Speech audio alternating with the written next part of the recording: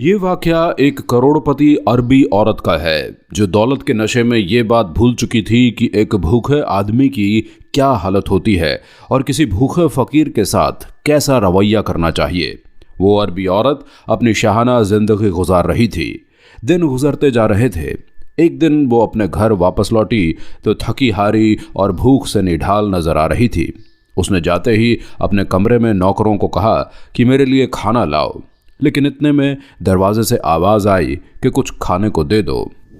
वो अरबी औरत कहती है, दरवाजे पर कौन है? जब दरवाजे पर देखते हैं तो एक फ़कीर खड़ा होता है। निढाल तबीयत है, प्यास की वजह से होठ सूख चुके हैं और वो खाने का सवाल कर रहा है।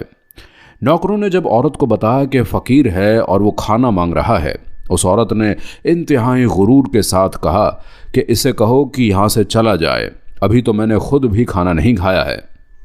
फ़कीर क्योंकि भूखा था तो वो बार बार यही गुजारिश कर रहा था कि मैं भूख से मरा जा रहा हूँ, खुदा के लिए मुझे खाने के लिए कुछ दे दो।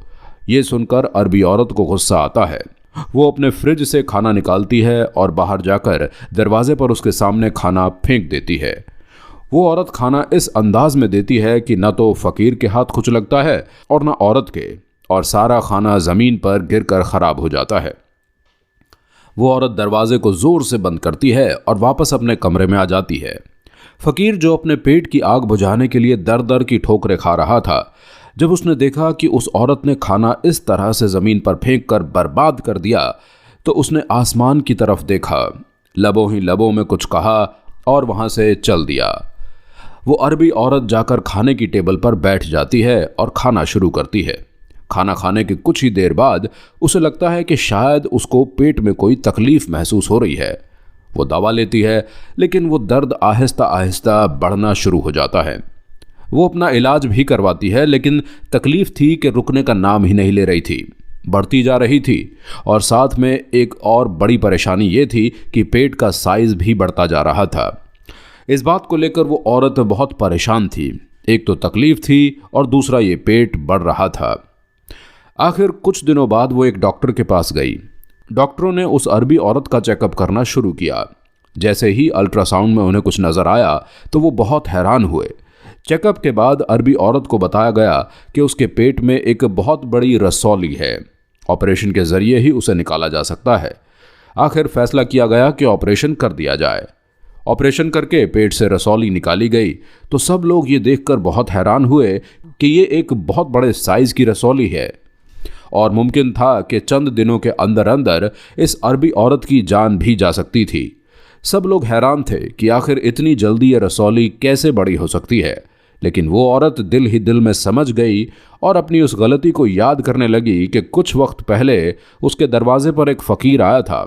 उस फ़कीर ने खाने को कहा था, लेकिन उस औरत ने गुरूर और तकब्बुर में आकर अपने फ्रिज से खाना निकालकर उस फ़कीर के सामने इस तरह से फेंका था कि न तो वो फ़कीर के काम का रहा और न उस औरत के, बल्कि वो सारा का सारा खाना ज़मीन पर गिरकर बर्बाद हो गया था। और इसी खाने की बेहुरमती की वजह से उसको ये सज़ा मिली। हमें भी इस बात से सबक सीखना चाहिए और भूखे इंसान को नहीं सताना चाहिए। दोस्तों, एक तरफ वो औरत थी, जबकि दूसरी तरफ वो औरतें भी होती हैं जो काफ़ी दौलत रखने के बावजूद भी घमंड नहीं करती। जैसे कि बयान किया जाता है कि एक गांव में एक नेक परहेजगार औरत रहती थी। वो बहुत ज़्यादा सुखी थी। ऑप्शन 2, वो बहुत ज़्यादा सखी थी। वो इतनी नेक दिल, इतनी मेहमान नवाज और इस कदर गरीबों पर खर्च करने वाली थी कि लोग उसे हातिम ताई की बेटी कहते थे। वो गांव सड़क के करीब में था।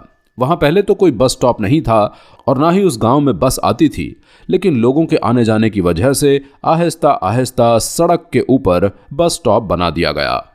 आसपास के गांव के लोग 5-5, 10-10 मील चलकर वहाँ आते और कारोबार के लिए शहर जाया करते थे। कभी कभी ऐसा होता था कि बस का वक्त ख़त्म हो जाता तो उन बेचारों के पास वहाँ रुकने के लिए कोई इंतज़ाम नहीं होता था, इसलिए वो सारी रात बैठकर गुजारते थे, भूखे प्यासे रहते थे। और अगर औरतें साथ होती तो और ज़्यादा परेशानी होती थी। इस औरत ने महसूस किया कि यहाँ तो इनके लिए कोई इंतज़ाम होना चाहिए। चुनांचे इस नेक औरत ने अपने शौहर से कहा, क्यों ना हम लोगों के आराम के लिए एक मेहमान खाना बनवा दें ताकि वो लोग जो रात को आगे या पीछे नहीं जा सकते वो आसानी से रात गुजार सकें और वो अगले दिन अपने काम के लिए रवाना हो जाया करें। शौहर को ये बात पसंद आई, चुनांचे उसने मेहमान खाना बनवाया, एक आदमी रखकर उनके लिए खाना पकाने का बंदोबस्त कर दिया। अब लोग आने जाने लगे और जो लोग आगे पीछे नहीं जा सकते थे वो रात के वक्त वहीं खाना खाते और आराम से सो जाते, फिर रात गुजार कर सुबह अपने काम के लिए चले जाते। ये सिलसिला बहुत वक्त तक चलता रहा। चुनांचे किसी जालिम शख्स ने इस औरत के शौहर को ये मशवरा दिया कि आपकी बीवी तो आपको कंगाल कर देगी, रोज़ाना इतना इतना खाना पकता है, फालतू लोग आकर खा जाते हैं, ऐसी सखावत का भी क्या फ़ायदा। जब दोस्तों ने शौहर को बार बार मशवरा दिया तो शौहर के दिल में भी ये बात आ गई कि भाई ये तो वाकई लोगों ने तमाशा बना लिया है, रोज़ आते हैं और खाकर चले जाते हैं।